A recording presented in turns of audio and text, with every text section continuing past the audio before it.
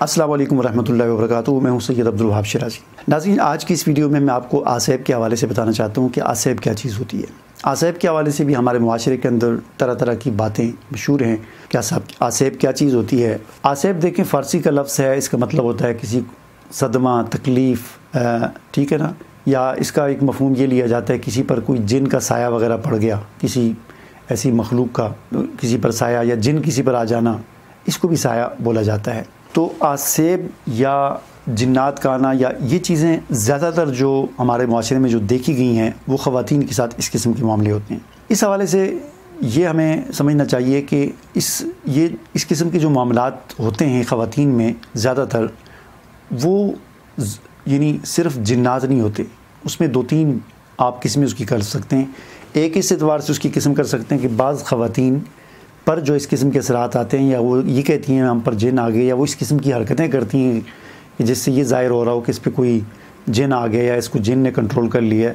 تو بعض خواتین یا لڑکیاں دھوکہ کر رہی ہوتی ہیں، فراڈ کر رہی ہوتی ہیں، ان کا کوئی اور مقصد ہوتا ہے، تو وہ اپنے گھر والوں کو یا کسی کو بھی، اپنے خاوند کو یا جس کو بھی، وہ ڈرانے کے لیے، دھمکانے کے لیے، یا اس کے کچھ خواتین اس طرح بھی کرتی ہیں۔ اور خود میرے مشاہدے میں بھی اس قسم کی خواتین آئی ہیں کہ جو اپنا کوئی مطالبہ منوانے کے لیے یہ سارا ڈرامہ بازی کر رہی تھیں، ٹھیک ہے۔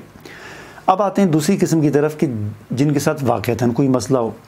تو جن کے ساتھ واقعتاً کوئی مسئلہ ہوتا ہے، پھر اس کی بھی دو قسمیں ہیں۔ بعض ایسی ہوتی ہیں کہ ان کے ساتھ جنات کا مسئلہ ہوتا ہے، واقعتاً حقیقتاً جنات کا مسئلہ ہوتا ہے، اور بعض ایسی ہوتی ہیں کہ ان کے ساتھ جنات کا مسئلہ نہیں ہوتا، بلکہ ان کو کوئی دکھ پہنچا ہے، کوئی تکلیف پہنچی ہے، یا ان کو کوئی صدمہ پہنچا ہے، یا ان کی جو ہے وہ ہسٹیریا کی بیماری ان کو لگ جاتی ہے۔ اس کو ہسٹیریا کہتے ہیں۔ ہسٹیریا کیا ہے؟ ہسٹیریا کی بیماری ہے 14 سال کی عمر کی خواتین سے لے کر 40 سال یا اس سے بھی زیادہ کی، زیادہ تر 14 سے 40 سال اس کے درمیان کی جو خواتین ہوتی ہیں، اس عمر کی خواتین کو یہ ہسٹیریا کی بیماری بعض اوقات ہو جاتی ہے۔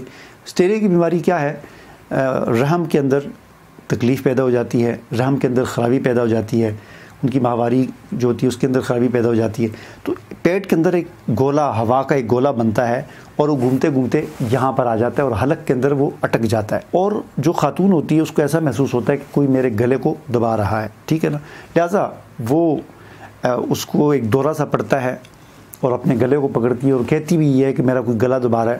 تو ظاہر ہے پھر جو دیکھنے والے ہوتے ہیں وہ یہی سمجھتے ہیں کہ شاید اسے جو ہے وہ کوئی جنات کا مسئلہ ہے۔ تو یہ جنات کا مسئلہ نہیں ہوتا، بلکہ ہسٹیریا بیماری ہوتی ہے۔ ہسٹیریا بیماری کی وجوہات کیا ہیں؟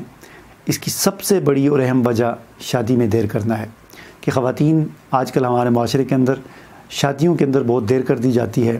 20 سال، 22، 25 سال تک پہنچ جاتے ہیں اور شادی نہیں ہوتی خواتین کی، لڑکیوں کی۔ تو پھر ان کو یہ بیماری لاحق ہو جاتی ہے، اور یہ اس کا بہترین علاج یہی ہے کہ جتنی جلدی ہو سکے شادی کر لی جائے۔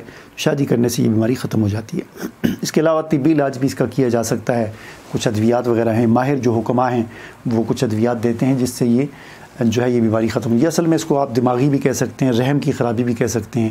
تو یہ شادی میں لیٹ ہونے کی وجہ سے بھی یہ بیماری ہو جاتی ہے، ویسے بھی بعض اوقات ہو جاتی ہے ماہواری کے اس کے اندر خرابی پیدا ہونے کی وجہ سے، یا کوئی شدید تکلیف یا دکھ یا ڈپریشن یا نفسیاتی مسائل کی وجہ سے بھی یہ بیماری بعض اوقات ہو جاتی ہے، ٹھیک ہے نا۔ تو ہمیں سب سے پہلے تشخیص کرنی چاہیے کہ آیا واقعتاً کوئی جناتی مسئلہ ہے یا یہ ہسٹیریا کی بیماری ہے۔ تو زیادہ تر خواتین کو ہسٹیریا کی بیماری ہوتی ہے، جناتی مسئلے بہت کم اکا دکا ہوتے ہیں، ٹھیک ہے نا۔ اب آتے ہیں تیسری بات کی طرف کہ جن کے ساتھ واقعتاً کوئی جناتی مسئلہ ہے۔ تو جن کے ساتھ کوئی واقعتاً جناتی مسئلہ ہے تو اس کے لیے ظاہر ہے ہمیں اسی طریقے کو فالو کرنا چاہیے جس طریقے کو حضور نبی کریم صلی اللہ علیہ وسلم نے اختیار کیا۔ حضور علیہ السلام کے پاس ایک عورت آئی اور اس کے ساتھ اسی قسم کا مسئلہ تھا، اس کو کوئی دورے پڑتے تھے مرگی کے یا یہ جناتی۔ تو اس نے آپ علیہ السلام سے کہا کہ آپ میرے لیے دعا کریں۔ تو آپ علیہ السلام نے فرمایا کہ تم اگر صبر کرو تو اس کے بدلے میں تمہیں اللہ تعالیٰ جنت عطا فرمائے گا، اور اگر کہتی ہو تو میں تمہارے لیے دعا کر دیتا ہوں۔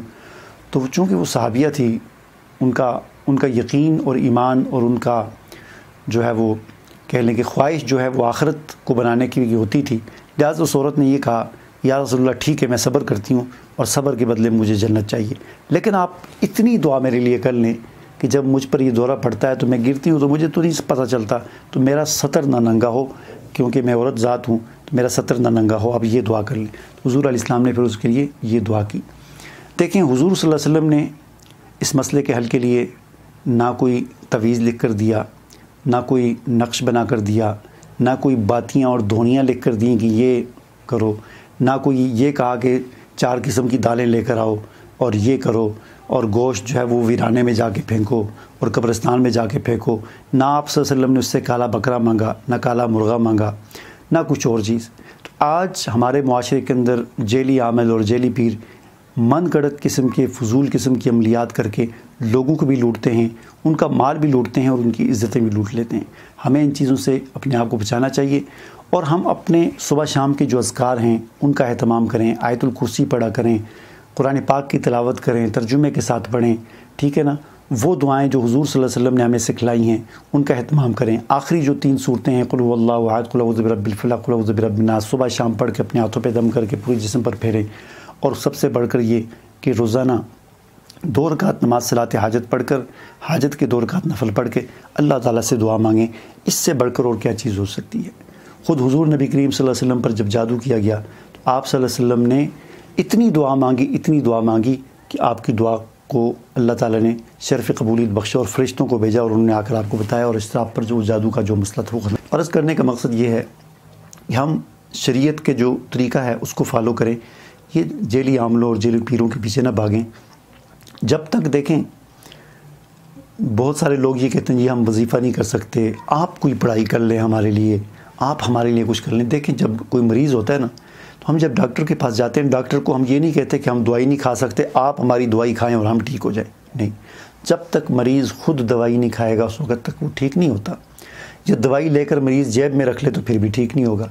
اسی طرح جب تک آپ خود قرآن کو نہیں پڑھیں گے، خود قرآن کی باقاعدگی کے ساتھ تلاوت نہیں کریں گے، خود صبح شام کے اذکار کا اہتمام نہیں کریں گے، اپنی نمازوں کی پابندی نہیں کریں گے، دین اور شریعت کو فالو نہیں کریں گے، اس وقت تک آپ کے مسائل حل نہیں ہو سکتے۔